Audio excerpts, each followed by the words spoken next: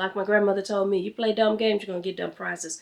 Play dumb about who you are. Play dumb about what your worth is, and you're going to end up with a dumb prize. Yeah, you wanted a million and you show it.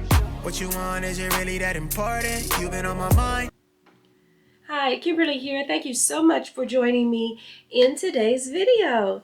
I feel pretty proud of myself. I am being consistent, more so than I've ever been before with regard to trying to film every day. Today was my first day of going back to work, and it was a lot. It was, we didn't even have the kids yet. We just simply had, meetings and things like that, planning, making sure our grade cards and all those things were done. And I still felt tired and just overwhelmed with seeing so many people that I hadn't seen before. I mean, I'd seen people out and shopping, but I hadn't had to do the, hi, how are you? Happy New Year's. What did you do over the break? Da, da, da, da.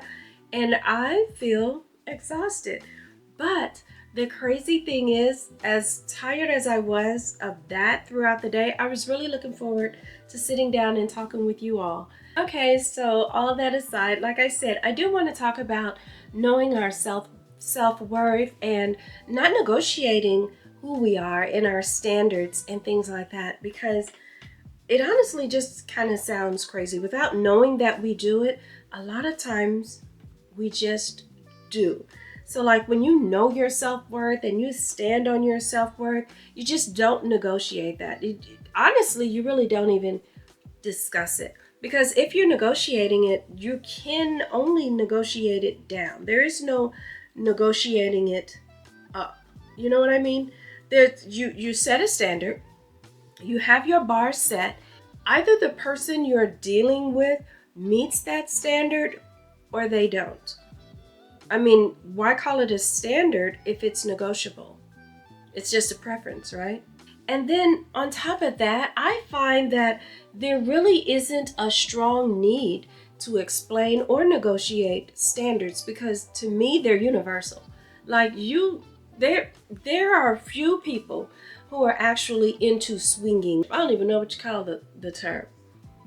But there are a few people who are into thruples and all of those things. Most people know, no, cheating is just, it ain't what you do.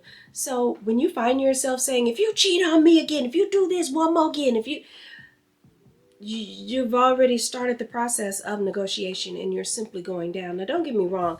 I'm not saying that someone can't make a mistake and that you can't bounce back from that. People make mistakes all the time.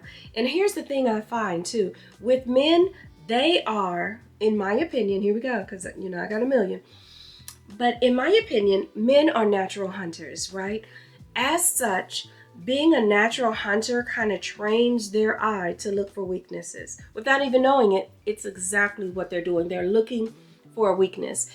And I think, I'm laughing because I'm thinking of one of my little boys as I say this. But from childhood even, they start testing limits. And here's what I mean with regard to my little boy. We go to recess every day. We've been in school for months, y'all. School started in August. It's January. So every day, here he goes. It starts out with him wanting to swing, to do this, to jump from the swings, to jump from one end of the monkey bars all the way to the other. They got all these 50-11 bars in between, but he wants to jump and do the thing. And I know that he's flexible. I know that, he's limber. I know that he does a lot of that at home. I've talked to his parents, and his parents are like, oh yeah, he does all of that. We had to stop him from climbing up the side of the house. The side of the house? Yeah. This boy is a walking lawsuit. And so I find myself having to stop him, tell him, no. So do I think he can do it? I kind of think he does. I mean, I think he can. I think he has that ability. The problem, though, is I got all these other kids whose ability is not so great. You know what I mean? Like, I can't get half of them to stretch their imagination, much less the muscles to go from one end of the monkey bars to the other. So no, I can't let you do it. And he's not the only one. Year after year after year. Who are my kids that test the physical limits, that test the rules, the regulations, all of that the most? My boys. So I'm telling you, when I say men test limits, I see it. It starts from when they're little boys. And being the natural hunters they are, being the natural inclination for them to test a thing, they are going to test your limits. But my thinking is this, and I could be wrong, but I feel like what's understood really doesn't have to be explained. And I'm talking about just regular rules of cheating. Don't cheat on me. That's not acceptable. You find yourself arguing about it, you're negotiating. Don't stand me up. That's unacceptable. I mean, things come up, things happen, but you find yourself putting up with that, you're already negotiating. And I promise you this, there's going to be more disappointments to come. That's just how men work. Oh, I got away with that. Let me try another. Let me try. They're going to do it. And so we've all heard that term, what's understood doesn't have to be explained. But to the flip side of that, I would say, as it pertains to us women, what's exuded also doesn't have to be explained.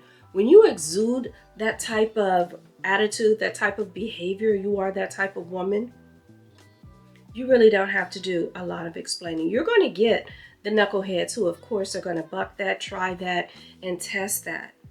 Thank you. Glad. Yes, you just exited stage left. Thank you, sir. Next. Be grateful that they did it. Don't sit there and blame yourself and wonder, now, what did I do? How did I not explain? Or did I not show? Should I have said? No. You don't need to explain it. Again, what's understood doesn't need to be explained, and what's exuded doesn't need to be explained either. I tell you, I have said this before, that whatever it is you say you are in life is absolutely going to be tested. I've heard women in the clubs even, I don't really go to clubs. I guess they're lounges. When I go out of town, it's the weirdest thing. When I'm here in town, I don't want to go to the clubs or lounges or any of that stuff. But when I go out of town, if I'm going to tell you Houston does a brunch, you got to be very grown a lot of times in order to put up with that brunch. Because they start brunching in the morning and don't stop till the next morning. But I'm just saying, I've been at these clubs and I see the women, I'm a boss chick, I'm a boss. And the DJ even say, raise your hands if you're a boss chick. Yes, DJ, yes. And they do all of that stuff. And it very much looks like the antithesis of that. The more you're hollering it out, the more you're screaming it out and saying all of that, the less it looks like that's really what you are. That's even how I think men know to look for the weaknesses. Or even they revert to that boyhood thing of theirs where they test the limits. Oh, okay, I see you about your boss business. You the boss, huh? All right, boss lady, I'm gonna see. That is to me a challenge to men. Men love a challenge. They really do. And that being the case, you have to be ready for that challenge. But how do you get ready? By staying ready, knowing your worth, being prepared right up front, knowing what it is you're going to put up with and what you're not going to put up. You cannot lose something that is really intended for you. Let me say that again in case you were busy doing something for the lady in the back. Yeah, okay. You cannot lose what is really intended for you. Don't feel like, let me go on and put up with this thing. Because as soon as you do that, you've negotiated yourself downward. There might be someone who come in the comments. I don't know why I've been getting mean comments lately, but there might be someone who come in the comments with, there's an exception. And I'm not talking about the exception though. I'm talking about the rule. Very seldom can you come in low and then negotiate yourself high. It just really doesn't happen. And not only that, but once you've negotiated yourself downward, even if you get the so-called prize of the man, you don't feel good about it. I'm going to tell you like my grandmama told me, you play stupid games, you're going to get stupid prizes. So if you dumb yourself down, if you make yourself small to fit in a specific space to be with this man and things like that, you are not going to be happy. You're not. You're going to feel like maybe you've won for the short term, but in the long term, as things go on, in the long term, as he starts wondering, now how is it that I'm able to do all this dumb stuff and she's still here? What is she really worth? He's going to wonder. Conversely, you're going to be thinking, I don't put up with all this mess and he's still acting up. He ain't perfect yet. And no one is. I'm not saying people should be perfect. No one is perfect. But I'm saying that I have never seen a win out of two people coming together and the woman negotiates herself down immediately. The guy walks all over her and then things work out. I just not seen it. It's possible. Not likely, but it's possible. but I just haven't seen it. So what am I saying today? Know your worth and stand by it. Don't be afraid to lose out on a so-called good thing. How good is it if it doesn't understand how valuable you are anyway? How good is it if it thinks that it can get away with testing you and dragging you down anyway? If you negotiate yourself downward, then unfortunately, there's got to be somebody on top. I mean, you've already assigned yourself the position of being down. Someone's going to be the prize. I'm not going to go into the who said's and all of that. I'm not into that celebrity gossip, but I think you would have a pretty good idea of who I'm talking about here recently, where it seemed like the woman kind of didn't know her worth, and she pursued something that wondered, hey, if you're pursuing me, I must be the one that's valuable. I must be the one that's more worthy. And the strange thing of it all is, to me, people were jumping on the idea of this man saying that he was the prize, that, as if he was of more value. Two things to me stood out. One, he was actually lying about who he knew that woman to be. He was already lying about the worth of that woman. So that to me made everything else he said suspect at very least. And the second thing is, as he was talking about the things that she had done to secure their relationship, I sat there cringing, thinking, this is not my business. This man should be protecting her dignity. He should care enough to do that. And the fact that he didn't make her look worse to me. People were like, oh, she should this and she's dumb. And it made him look a bit worse. But I had to catch myself and just understand that, you know what? He's doing what's allowed. And I thought, oh yeah, okay. Like I said, I don't want to go into the gossip, but I do want to take the lesson out of that men will do what they're allowed to do, and only what we allow them to do. They do it twice, they do it 3 times. It's because we allowed them to do it twice and 3 times and so on. So I don't know. I hope I don't sound bitter. I hope I sound like I'm just speaking from the heart, because the reality is I absolutely love love, but I only love healthy love. It hurts my heart to see a woman in a relationship, in a marriage even, where no one in that marriage knows her worth, where both parties think that she's a little bit less than and things like that. Yeah, that is hurtful for me. So if I'm coming across bitter, I promise you that is not the case.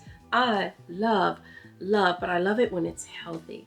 I love it when it's mutually beneficial. I love to see it.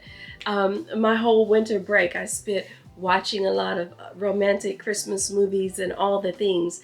But I also I saw, I'm not deaf, mute, and blind. I also saw some things coming in that I just kind of thought, oh no, it was hard. And to be fair, I should say this. I have never fully watched the whole thing of what I'm slightly talking about. So there might be bits and pieces that I've missed. I haven't had the heart. Like, things like that are just hard for me to watch. But so I could be wrong about a little bit, but that doesn't mean that we can't take the lesson from it. The lesson is, don't negotiate yourself down. Don't do that. A lot, like my grandmother told me, you play dumb games, you're going to get dumb prizes.